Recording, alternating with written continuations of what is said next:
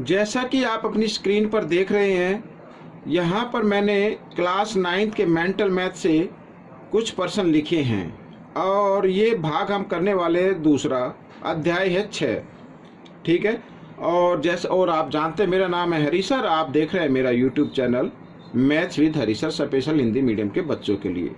तो यहाँ पर मैं कुछ शॉर्ट ट्रिक से थोड़े से क्वेश्चन बताने वाला हूँ जो आपके एग्ज़ाम में तो काफ़ी हेल्प करेंगे ही, साथ ही आपके कोई भी क्विज में अगर आप पार्टिसिपेट करते हैं तो उसमें भी ये काफ़ी हेल्प करेंगे। ठीक है। जैसे देखो यहाँ पर पहला प्रश्न क्या कहता है, त्रिभुज ए बी सी में कोण ए घटा कोण बी बराबर 30 डिग्री, कोण बी घटा कोण सी बराबर 15 डिग्री, तो बी का मान बताना है।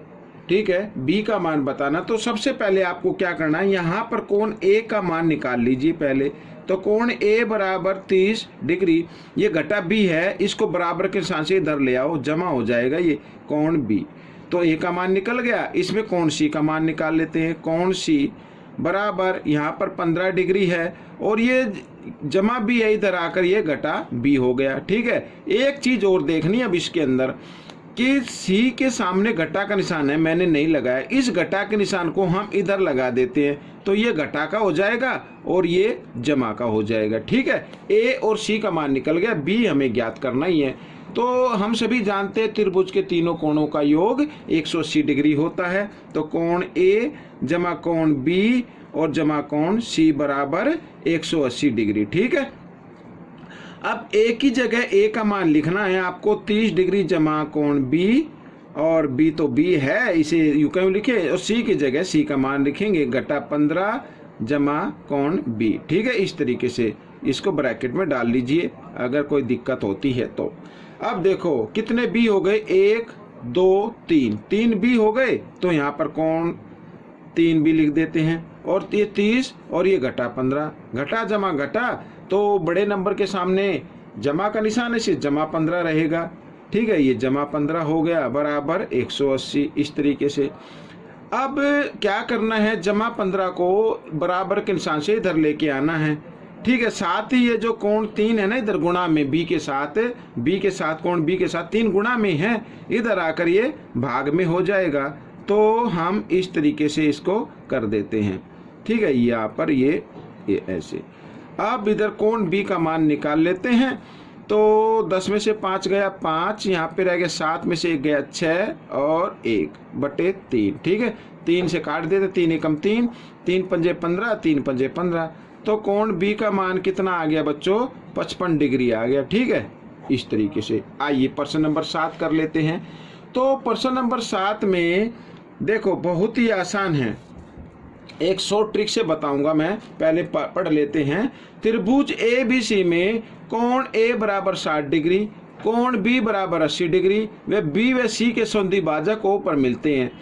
तो बी ओ सी का मान बताना है, बी ओ सी का ये मान हमें बताना है।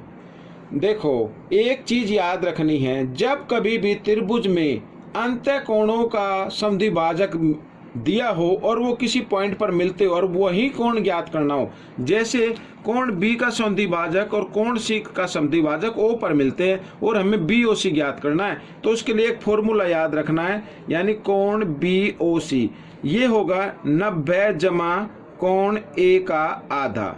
ठीक है। इस फॉर्मूले से आप बीओसी की मान ज्ञात कर लेंगे। ये कब करना है, जब इंटीरियर में यानी आंतरिक कोण आंतरिक दिए हों, और कुछ त्रिभुज में इस तरीके से भी आ सकता है, ये बाह्य कोण हो गया, इधर भी ये बाह्य कोण हो रहा है, तो बाह्य कोण के अगर संधिभाजक दिए हों और यहाँ पर ये ओ पर मिल रहे हो, तो ये बी ओ सी और ये कोण ज्ञात करना हो। अब ये बाह्य कोण वाला है तो यहाँ पर घटा का निशान लगा देना है, बस याद रखना है। अंतः कोण हो तो जमा का निशान, और बाह्य कोण के संधिभाजक दिए हो तो घटा का निशान। ठीक है। आइए करना शुरू करते हैं। बी ओ सी, तो 90 जमा कोण ए का मान है बच्चों 60, तो 60 को 2 से हम कर देते हैं भाग, तो यहाँ आ गया 30, और 90 और 30 कितना हो गया 120। ठीक है। तो 120 डिग्री यहाँ पर ये आपका उत्तर आ जाएगा। आप चाहे तो इसको बेस तरीके से, यानी जैसे हम मैथ के अंदर करते हैं उस तरीके से भी कर सकते हैं, उससे टाइम काफ़ी लगेगा। आइए प्रश्न नंबर 8 कर लेते हैं। अब प्रश्न नंबर 8 में देखो क्या कहा है, एक्स वाई और जेड त्रिभुज के आंतरिक कोण है और यहाँ पर दिया हुआ x/2 बराबर y/4 बराबर z/3 हो तो त्रिभुज का सबसे बड़े कोण का मान ज्ञात करना है। ठीक है, सबसे बड़ा कोण ज्ञात करना हो या सबसे छोटा ज्ञात करना वो कर सकते हैं। अब सबसे पहले आपको क्या करना है, x/2 बराबर y/4 और बराबर z/3 को आप k के बराबर मान लो। ठीक है, तो यहाँ पर देखो x/2 किसके बराबर आ गया, k के। तो अगर हमें x का मान निकालना हो तो 2 इधर भाग में इधर आकर गुणा में आ जाए, 2 की आ जाएगा। ठीक है, इसी प्रकार y का मान कितना आएगा, 4k आएगा और z का मान कितना आ जाएगा, 3k आ जाएगा। तो आप ये ले लीजिए। ठीक है ना। अब बच्चों देखो त्रिभुज के तीनों कोणों का योग कितना होता है, 180 डिग्री होता है, यानी x जमा y जमा z बराबर 180 डिग्री। अब x का मान कितना आया है, 2k, y का मान आया 4k और z का मान आया है 3k बराबर 180। ठीक है, अब इनको जमा कर लो, 3 और 4 कितना होता है, 7, 7 और 2 9, 9k हो गया बच्चों 180। अब हमें k का मान निकाल लेना है, तो क्योंकि 9k के साथ गुणा के रूप में है, इधर आकर ये भाग के रूप में आ जाएगा, तो 9 दूनी 18, 0 क्यों, तो k का मान कितना आ गया बच्चों, यहाँ पर k का मान आ गया 20 डिग्री। ठीक है, अब हमें क्या निकालना है, हमें निकालना है x का मान। तो x बराबर 2 गुणा k, 2k का मतलब होता है 2 गुणा k की जगह k का मान लिख दीजिए, तो बराबर आ गया 40 डिग्री। ठीक है, x का मान तो आ गया। अब y का मान निकाल लेते हैं, तो y का मान है 4k, तो k का मान कितना आया, 20, तो 20 चौक 80, ये आ गया बच्चों। अब z का मान भी निकाल लेते हैं, z का मान क्या है, 3k, यानी 3 गुणा 20 बराबर 60। तो बच्चों सबसे बड़ा कोण ज्ञात करना था, तो सबसे बड़ा कोण आ रहा है 80 डिग्री का। ठीक है ना, तो ये आपका उत्तर बन गया। अब हम करेंगे प्रश्न नंबर 9। ये भी मैंने यहाँ पर पहले से लिख के रखा हुआ है, ये देखिए आप। ठीक है, आइए करना शुरू करते हैं। तो इस प्रश्न में क्या कहा है, देखो यहाँ पर ये लाइन थोड़ी गलत हो गई थी, इसलिए मैंने इसमें पेंट सा कर दिया है। यदि एक पहिए में 6 डंडे समान रूप से लगे हुए हैं, अब ये मान लो समान रूप से है, आपको थोड़ा सा छोटा बड़ा दिखाई दे रहा, तो आप मान लो समान रूप से लगे हुए हैं। 2 आसन डंडों के बीच के कोण की माप ज्ञात करनी है। ये मान लो ये ज्ञात करना है, यहाँ से लेके यहाँ तक ये कितना होगा। ठीक है, अब समान रूप से लगे हैं तो कोण भी समान बन रहा होगा ना सभी में।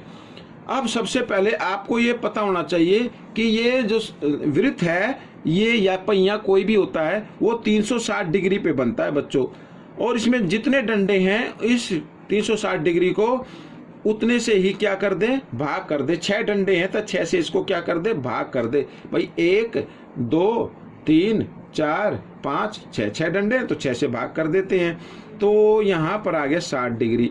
तो बच्चों इनके जो बीच का कोण होगा ना वो 60 डिग्री का होगा। इस तरीके से करना है। हो गया ये प्रश्न। अब बच्चों यहाँ पर प्रश्न नंबर 10, इस भाग का आखिरी प्रश्न हम कर लेते हैं। अब देखो क्या कहता है, एक संपूरक युग्म का एक कोण दूसरे कोण का दुगुना है। संपूरक का मतलब जिन 2 कोणों का योग 180 डिग्री होता है। अब यहाँ पर माना पहला कोण अगर x डिग्री का है तो दूसरा कोण कितने का होगा, दुगुना है ना, तो 2x का हो जाएगा। ठीक है, अब प्रश्नानुसार यानी कि इन दोनों कोणों का योग कितना होना चाहिए, 180 डिग्री होना चाहिए। 2x जमा 1x बराबर 180 डिग्री। तो दो कोणों का मान ज्ञात करना है। 2x और 1x कितने हो गए, 3x हो गए बराबर 180 डिग्री। ठीक है, x का मान निकाल लीजिए, तो 180 बटे 3, 3 6 18, तो x का मान आ गया 60 डिग्री। तो एक कोण तो है बच्चों यहाँ पर 60 डिग्री का, पहला कोण लिख देता हूँ, पहला कोण है 60 डिग्री का। दूसरा कोण कितने का होगा ये भी हम लिख लेते हैं। तो दूसरा कोण 2x का था, यानी कि 2 गुणा 60, 60 दूनी 120 डिग्री। तो बच्चों ये दोनों कोण निकल गए हैं, ये आपका उत्तर बन गया है। तो बच्चों ये वीडियो अब कंप्लीट हो चुकी है। आपको ये वीडियो कैसी लगी मुझे ज़रूर बताएं। अगर आपका कोई भी सजेशन हो तो प्लीज़ मुझे कमेंट्स में ज़रूर लिखें, मैं आपके हर कमेंट्स का जवाब दूंगा और जो भी आपकी इच्छा होगी उसके अनुसार वीडियो बनाकर अपलोड कर दूंगा। तो बच्चों, इसमें से सीखकर दूसरे बच्चों को ज़रूर सिखाना। यदि आप चाहते हैं कि हम मैथ में एक्सपर्ट बन जाएं, अच्छे बन जाएं, तो दूसरों को सिखाए बिना नहीं बन सकते हैं। मिलेंगे अगले भाग में, तब तक आप इसकी प्रैक्टिस करते रहिए और दूसरों को बताते रहिए। धन्यवाद।